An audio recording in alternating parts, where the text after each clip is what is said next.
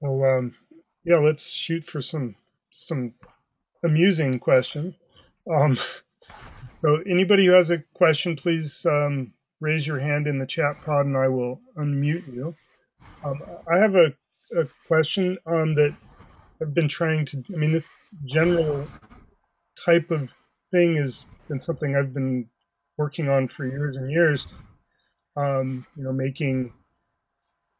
Making content more intelligent and adaptable, and one of the biggest problems that I always run into is when you try and search on this content. And um, I can see with this as a website, and somebody comes here from Google, and presumably the Google cache has the full unfiltered view of each page. But what happens when a user or somebody comes here and they trigger a filtering that whatever they're looking for doesn't appear on the page? And or does it always, how does that always seems like it can be a problem with filtering and search. It happens with compiled systems. If you have collapsed regions, somebody goes to Mhm. the page and it's not visible, but it's there somewhere. Do you run into any of that? I have not had the opportunity to do deep analytics on the content through Google Webmaster yet, Scott. But I've looked at what are the implications of dynamic content. The page itself, I've come to realize, divides into uh, two very distinct regions. And it's helpful, in fact, that this content area is offset by kind of a darker background, because in effect, this is the only part of this web page that a user is interested in searching on. They're not interested in finding my slideshow demo, because if they go to 5 other pages, uh, they'll find that same information on each of the 5 pages. And so um, the Google search is, uh, from what I can understand about dynamic content, and if you actually go look for dynamic content in Google Webmaster, Scott, you'll find some discussion about what to do with dynamically rendered things that may have a different address depending on what context is rendering them. In this case, I'm rendering this particular page in a standalone, or like a landing page environment, because it has no map context. But if I go back to the data map and then click on what enables these features, uh, if you look down, yeah, you see that this says map here because the current resource is a map. But if I hover over any of the items here and then look down at the URL, you see that it says topic, identifying them as topic resources. Uh, these are all coming from a paged environment because I want to stay here and have this particular demo widget. Google's only interested in this content and not interested in this. And so I think in a dynamic environment, what you do is cache this part of your page and make that available for replay if you want to save time and not transform it every time. Obviously, if you have dynamic content going on, then you do need to process it for each display, and it will be slightly different for each view that Google has. We're in a new age. Google's going to have to learn to deal with some of these things, and this is, as far as I can tell, um, an application that could be used to certainly test all the assertions and the um, questions that you've got about how dynamic content gets maximized. I think that the way that they should handle it is to reward the reuse of information rather than the blatant republication of information. And I think that that is in some ways already true in the way that they do Google ranking. Hmm.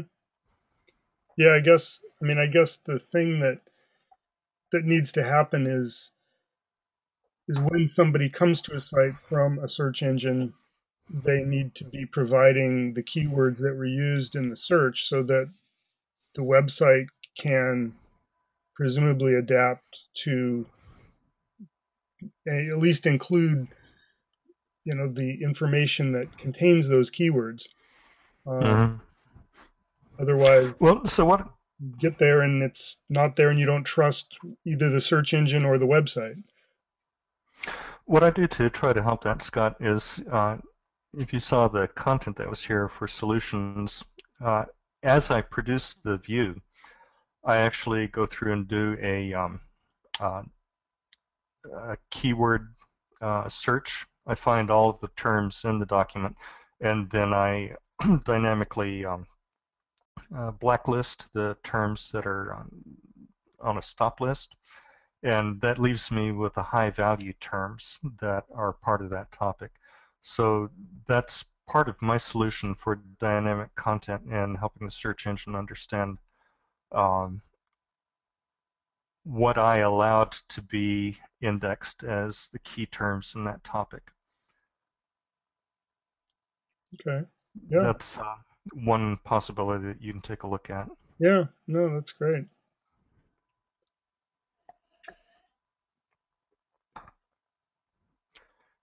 And at the time that I do this processing on the topic before I embed it in the script and send it out, um, basically I can run my search um, query on the content and identify terms that were hits for the search as well. Wrap the HTML5 mark tag around them to give them a highlighting, for example. Gary, you just enabled your webcam. Hi, Gary. So let me, what do I need to do to enable mine? Oh, not sure. There's some button somewhere. So, Gary, did you have a question? Hang on, let me unmute you. Hey, Gary, did you have a So question? hi. So well, I do. Okay. Now that you can't see me, Yeah, right. um, Oh, it's an anonymous question. No. So the question is, it seems like what you're talking about um, is really good if you actually know who your audience is, and so if you try to solve the general question, like you come in from a search engine, um, well, you don't really know how to adapt it. And maybe it's not worth trying very hard. But if like if you have your users categorized in some way and they log in, say, to get information, or at least you know who they are by email address somehow, mhm. or IP address, whatever, then maybe you can tailor the information a little bit better based on that. I think the search question is very interesting but very difficult. It is, and at least with DITA, with a RESTful interface like Expedit has got in it, uh, the map provides. Here I've got a map called. Let me get back to work our way back to the back door here. When you're showing something through a DITA map, uh, I'm in the adaptive DITA map, and I bring up this content. I don't have that modality turned on here, Gary, but the DITA map can be made part of the URL context, and that gives the topic a context to return to. So if you actually came to that URL from search engine, this one, as I mentioned, is set to simply bring us to a standalone view. But this is a topic that lives in a context, and that's the context of this adaptive DITA map. And so I can actually add that map as part of the URL and then give that topic a fully qualified DITA address within this system. That would then give you this context once you got here of where that particular topic in that particular view arrived from. Right. So are you developing a system that kind of like LinkedIn or Twitter, where you never run out of messages or never run out of stuff to read? It could be that way. Okay. Oh, no, actually, that would be a good application of Ajax, and this is not using Ajax to just continually keep querying. The point here is that you could provide a URL for search Right. results that, Right. that would bring the person back to a context where they could then see where that topic, as they found it, arrived from. It could be part of a different map, in which case its URL would have that map's name in here, and then would have that context when it came back for display. Okay. Thanks. So are there software packages that provide this functionality? I assume this is some tool that you guys are working on, and is this going to be available um, for purchase? Um, I have great angst, Scott, because, and you've been through this with your business decisions about um, the FMX adapter. mhm. Uh, and that's, do I make it open source so that I can get more people to use it and be a good guy to the community? Or do I try to monetize it somehow?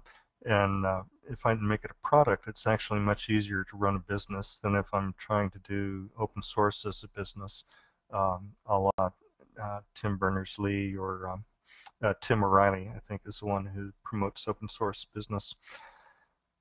I'm not decided, and if someone can give me a good reason why, one way or the other, I could very well take that.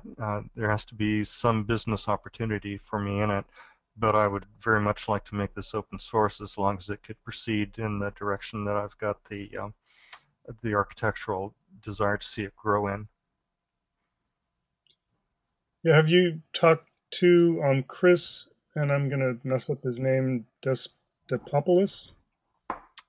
Yes, I have. He's got one of the only other live data rendering systems that I know of. Mhm. Um, and I don't believe that he's been able to engage it to the degree of overall site capability, site-like capability that you're seeing here. No, no. Um, I think it's much more of a web help delivery system, and that's fine.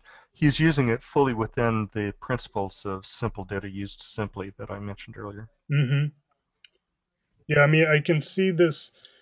Um, this seems like it really requires a server back end. It's not. It would be very difficult to deliver it as a locally installed non web based sort of application. Um, Although you certainly could. Here I just brought up my development version of it running on my local machine, but it's running in a server, running in a WAMP server. Mm-hmm. right? Yeah. Um, and there's despite what people want to think, there's still a lot of companies that require non-server based locally installed content, and it's I think that's still a very difficult situation to support in this manner. There are some things that can be done for it, though. If you go look for a style of template called single page templates, um, many of them have some form of JavaScript that enables selective viewing of the content that's out there. Hmm. So, for example, I've actually created a site called mobiledata.com to, um, and I'll announce this as soon as I get the content from all of these participants. But a conversation came up on the data users site about 2 months ago about, well, why can't we have a, a, a throwdown between the different web help developers that are out there and the Yeah. systems that they've got. And I thought, well, instead of a throwdown, why don't we have a showcase and get them all up here? I don't have responses yet from all of these people, so I haven't felt like I could announce it on DITA users yet. But this content is being done through something called Pagify, which is a single page implementation that, if you look at this uh, partial field identifier here, uses that to look up the HTML file on the server that populates the content area. So you may look into that as something that's handy. It was a fixed width project, so I went out and got a liquid layout from this other URL, and that allows this to be somewhat responsive in the way that it behaves. And by the way, since I've got out of the full view, I can show the responsive behavior of the Intelligence Group website too. So if you bring this up in your iPhone, it'll probably look like this. If you bring it up in your iPad, it'll look like that. If you've got a crappy Android device, it'll probably look something like this. You're probably familiar with a tool called Responsinator, which is a tool that can give you the appearance of your website on various devices. And so there's my, where's the crappy Android device? Oh, they've dropped it off the list. Oh no. Oh no, there it is, crappy Android. So even on crappy Android, I've got something that'll show, but that's not my target device. On all of the others, it actually behaves nicely, and even the carousel, I got to go to over and under view, and got that to render more or less responsively. Nice. And another advantage then is that I can cause my widget content to be rendered dynamically and appropriate for the device as well.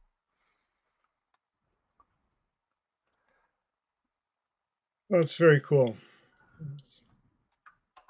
We have other questions. There's got to be some more questions. Just pop your name in the pod here, and I will unlock you.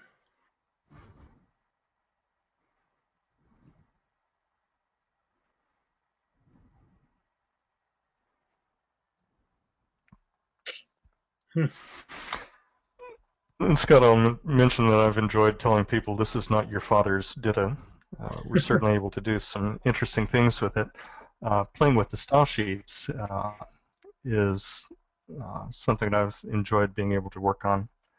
And so, for example, I'll actually bring up expedita.info while people are looking. And in this case, I've got different content conforming to different style sheets. This is all running through a single server, but I'm just pointing to different communities and different sets of content on that server rendered. And this is all DITA content rendered on the fly into these themes. You're familiar with the DITA maturity model. There it is in the nice operational view. And if you want the whole thing as a single, okay, I don't have the rendition of it turned on for the white paper correctly. But this is, again, just kind of a stimulate the ideas about what DITA could be used for. The one I think I'm most excited about is this emergency response playbook, where many times first responders are the people who are most aware of what works better once they're out in the field and trying to respond to, say, a nuclear emergency or to fire with a particular hazardous chemical.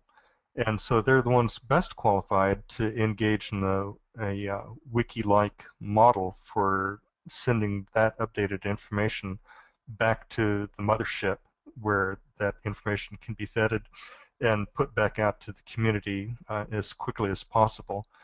The original for this particular document was actually a Word document, and you can imagine how much time that would take to take something from the field, get it put into the Word document, produce it into HTML, and then get that back out. In a system like SVDITA, that loop can be shortened considerably because you're not going through a processing stage. And if we're lucky here, this particular view, yes. Here I've actually assimilated all of this content, and so if you were to go back and look at the PDF that this was derived from, this assimilated view, this aggregated view of all of these different data topics, looks very much like the original view that it came from. So that's just for what it's worth. Yeah.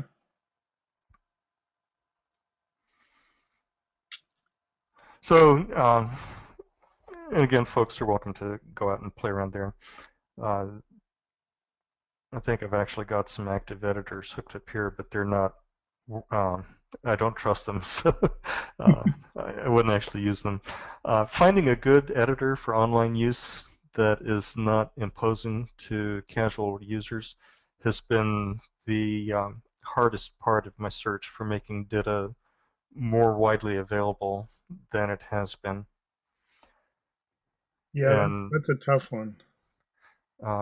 certainly, if anyone's interested in going out and looking, I've put a comment about this on DITA users in the last couple of weeks. I think in response to Chris and some others talking about simple DITA editors. Alex Griesel has created this little project, and I think it's a very good starting place for someone to come in and build more functionality, build more user interfaces, and enable it to be integrated into a work site like the Intelligence Group website. So just whetting the community's interest in what's out there and available. Yeah. XML ed.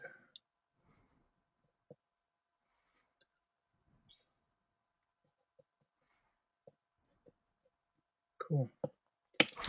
Well, so Scott, let me offer this. If you've got my, you do have my email address. So if you do a wrap up of this for the participants, you can include my email address, and I'll be glad to take any notes that anyone wants to send me. All right. No, that sounds great. And yeah, no, this is just really interesting, and great to see this, what you're working on. And Stan says very nice, great work.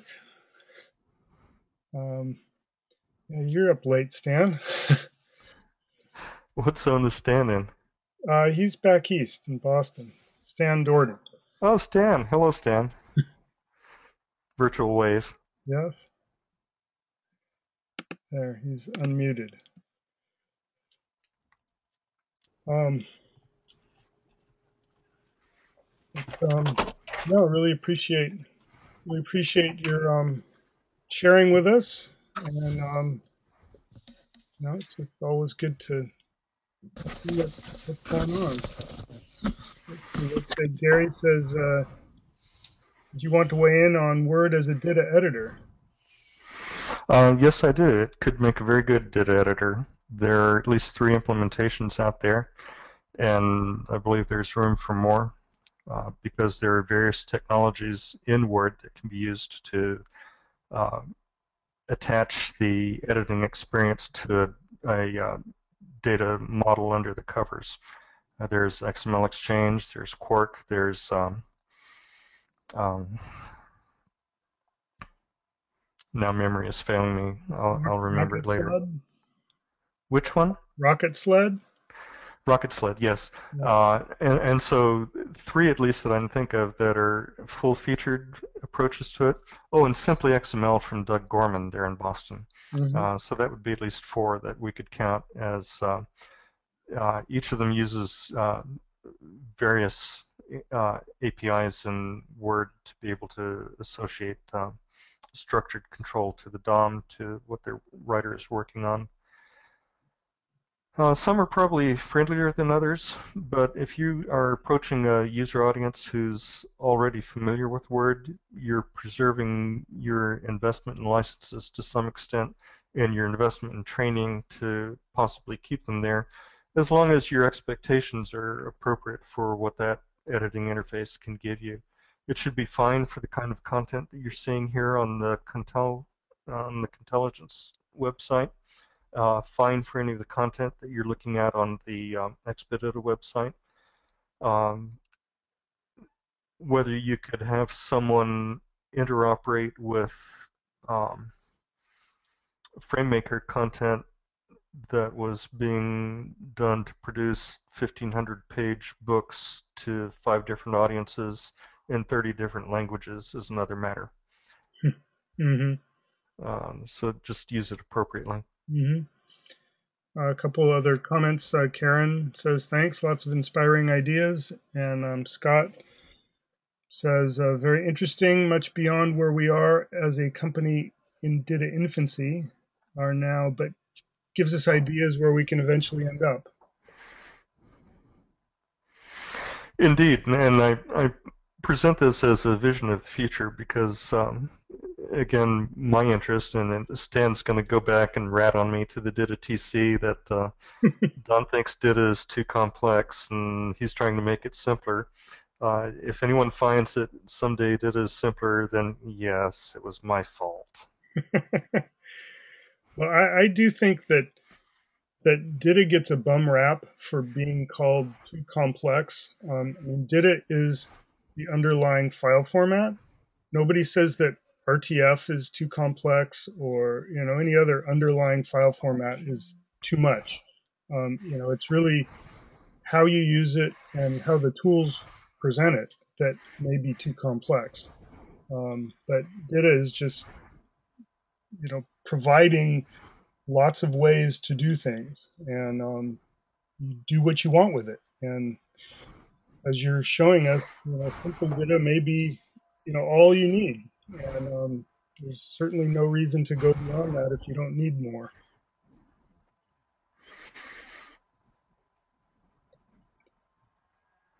Ron says, thanks, great ideas, also a beginner here. And Stan says, with great power comes complexity. Exactly. That's the key. Peter Parker's my brother here. With great power comes great responsibility. Yeah, that's right. That's it. Well, yeah, unless anybody has some more questions, I'm happy to unmute you if you want to ask anything. Um, and yeah, your memory of the Windwriters conference in 2001. I remember that presentation. And Mm-hmm. I was working at Autodesk at the time, and we read the white paper and went back to the office and started working on our own variation of that. And it's been interesting to see it grow from that one seed. That was the first launch of a warp drive engine, in effect, right? That's right. the Cochrane moment. Yep.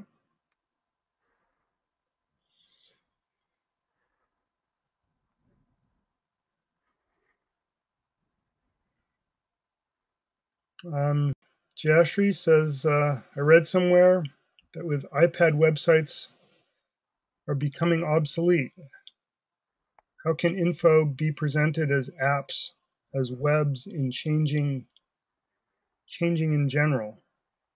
I don't know if I mean, what's an iPad website? Well, so even an app needs an API to get its information from, and the the way that I look at it is that in the case of the Expedita website, for example, I've tied the API directly to the stream coming from the server. If you could look at the code, you would actually see a clean division where the PHP processes all content and gets it into a set of variables and then hands those variables off to the template, which renders them dynamically. And so that interface is the same interface that's available to an application. The application, in this case, actually has the user interface built into it, and it requests the API, queries the API to get the information that it shows. So in many cases, your experience with the remote interface, which is basically all that an app is, um, may give you new ways of using the information that it queried from the API, or it may give you simply the same experience, but with more of a back and forth or a drill down mode of walking through a site instead of in the fully integrated site that we've got here. But that API, nevertheless, is the same between both of them. The template sitting on the server or the app sitting on the remote device. I hope that's a clear explanation. Same content, same capabilities, just that you have more local processing in the app. Whereas the website, your browser is typically accessing it benignly. And the question of where's the Expedita site? That was just expedita.info, right? Expedita.info and expedita.info. expedita.info. Yeah. All right. I'll go back there. And Ron, the next meeting is, I believe, April 15th, and we have nothing scheduled at this point. So if anybody has any ideas, suggestions, we have been known to just do roundtables where we just discuss some topics of interest, or if we find somebody who's got some information to share, then we do that. It's a very, very low key. So, and it was great to have been able to get Dawn to present, and yeah, just really appreciate your sharing with us. Well, I'm so glad you asked, Scott, and I hope to meet many of you at upcoming conferences. I will be at the CITM North America conference in Providence, Rhode Island next month. And so if you're going to be there, drop me a note and I'll try to see you while I'm there. I wish I was going, but I'm not. In fact, if you go back to the intelligence group homepage, you can see the things that I and my partner will be presenting there.